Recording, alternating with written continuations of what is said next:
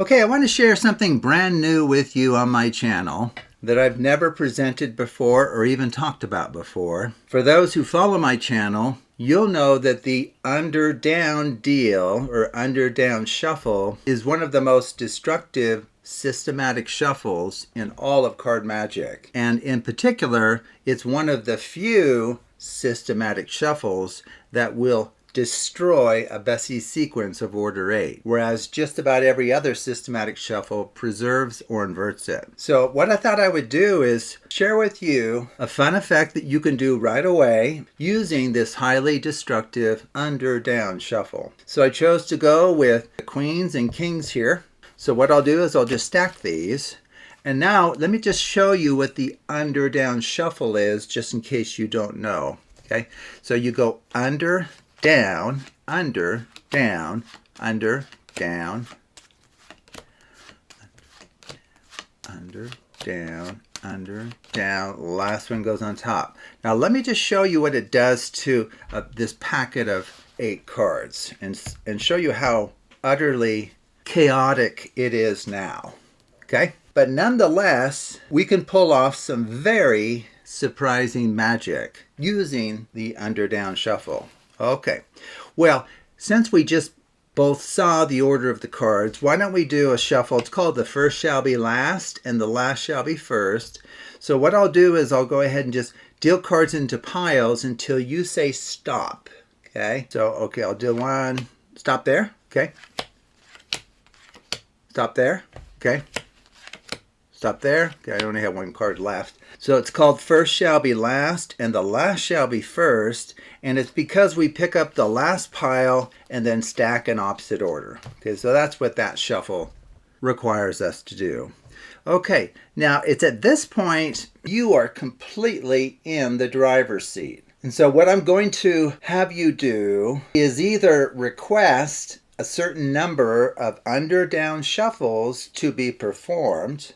And so I could perform those for you as the performer if you're uncomfortable handling the cards, or you're fairly skilled in working with cards, you can actually carry out the under-down shuffle. And you can perform it as many times as you like. In fact, you can even do it with my back turn, and I can even cover my ears so that I can't even hear perhaps how many times you've decided to under-down shuffle the cards. Okay, so that's kind of the situation we're in. Or I could even leave the room, close the door, and you could perform this 3 times, 5 times, 1 time, not at all. If you choose not to, that would be fine too. So do you understand what the parameters are? Now, since this is a tutorial and you're actually not here, I'll have to do the handling of the cards. But just rest assured that you can do it or the spectator can do it in your presence or out of your presence. And since you're not here, what I thought we would do is use the 6-sided die to decide how many times we perform this shuffle. Okay, so I'll go ahead and roll the die. Oh, can you see it? I'm going to slide it over without... Oh boy. Okay, 5 times. Let's get to work here. Okay. Under, down, under, down, under, down, under, down, under, down, under, down, under, down. 1. Okay. 1. If you can keep me on track for how many times we've done it, that would be great. I think that's 2. We're almost halfway home. And this will put us more than halfway home when we finish this. Okay, 2 more and we're done. But you have to realize, perhaps the spectator would ask for 5 times. Okay? Perhaps they have nothing better to do with their lives than to watch you under-down shuffle the cards. If I'm keeping track, I think it's 1 more time. But you would have to agree that not only would I, well, to start with, I wouldn't have chosen to do it 5 times. That's a lot of work. But there's no way that I could know ahead of time what you would choose or what the die roll would be, for that matter. And so the state of the cards should be utterly outside the knowledge of anyone. Okay, but nonetheless, I'm going to take the cards and I'm going to try to do my best to extricate the queens from the kings, to disentangle them. Okay, so let's just get a feel here. I'm going to put 2 there. 2 on the right. For some reason, I'm feeling like I should use the Klondike shuffle. Have you seen that before? It's kind of a fun one. I'm just going to take the top and bottom off as 1, set them on the left, remaining 2 on the right. That's 4 and 4. So there is a tiny probability that I've separated the kings and the queens. Well, let's just see if we succeeded. Okay, king, king, king. Oh, one more, please. Yes, okay.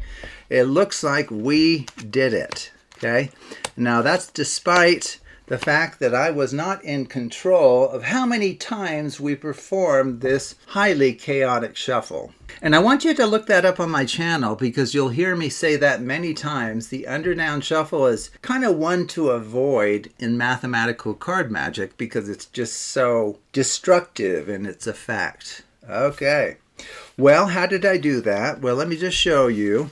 Okay, I have something new that I've discovered that you can take advantage of right away, and I may take advantage of it in future videos here. Okay, so here is something I've discovered. For those familiar with my channel and Bessie sequences of order 8, those are packet structures that are unharmed by just about every systematic shuffle out there, except for the under-down. But I have discovered, quote, invariant structures relative to the under-down shuffle. And here they are right here, okay? So if you want to think of the ones as of one kind, like the kings, and the zeros as the queens, that would be fine. So you just need 2 sets of 4 cards. So you could have 4 clubs and 4 hearts. You could have 4 face cards, 4 number cards. You could have 4 even value cards, 4 odd value cards, whatever 2 groupings of 4 of interest you would like to work with. Well, if they're put into this organization or this organization, the under-down shuffle leaves them as they are. You'll get the same organization back, okay? So it's kind of a fixed point for structures, essentially, relative to the under-down shuffle, okay? Now, let me show you what I did, which is really cool, based on something I've just discovered, as I mentioned.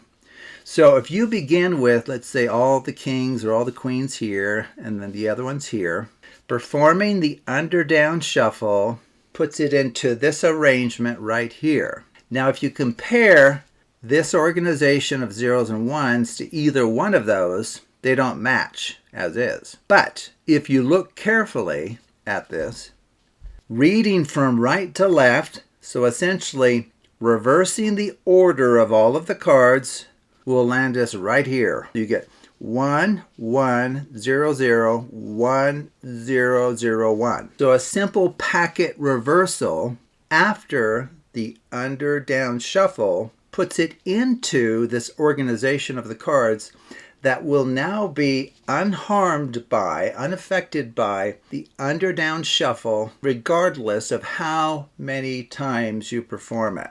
So this is one of the very invariant structures that we are talking about up here. So that's what I did. I just stacked the kings and queens, and then I did what I call the first shall be last, the last shall be first. Like for 8 cards, you just start dealing until the spectator says stop, like that.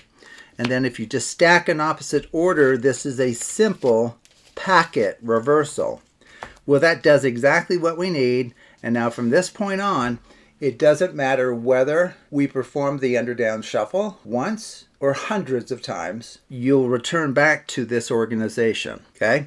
Now, it is true the kings and queens are changing positions among themselves. So the king that may have been here after the under-down shuffle might be there. It might take the position of one of the other ones. Same thing with the queens if we denote them by zeros. And then after any number of under-down shuffles, to separate these, just think about what I did. Now, I haven't put this into the invariant structure again. I just want to show you this final step. So the top 2 cards will be of one kind. That's what I did. I set those aside, like, okay, I think those go there. The next 2 will be of the other kind, guaranteed. And now we have a situation where the top here will match that one. the next two will match that one, and then the bottom one will match that one. Well, you could do that by dealing one card at a time. A slick way to do it is what I did, where I just, see, I'm grabbing the ones here by way of the Klondike shuffle, putting them on the left, which is consistent with our left-right system of dealing the cards, and then the other two go on the right. And you will have perfectly separated any two sets of four that you started with. And you will look like a wizard. Okay. And what's nice about this too is you can do it with a random deck if the spectator's worried about marked cards. You know, like if the cards were marked on the back, maybe you can tell, right? So you could just ask for any deck and then have the spectator even choose the sets of four, maybe 4 aces and 4 sevens or whatever it might be. And then just follow what I showed you in this presentation, in which the spectator can ask for, at this point, as many under-down shuffles as they like, or actually perform them themselves. And then from there, you can separate them perfectly without seeing the faces of the cards. So thank you for watching, and take a look at other videos on the Absolute Math Magic channel.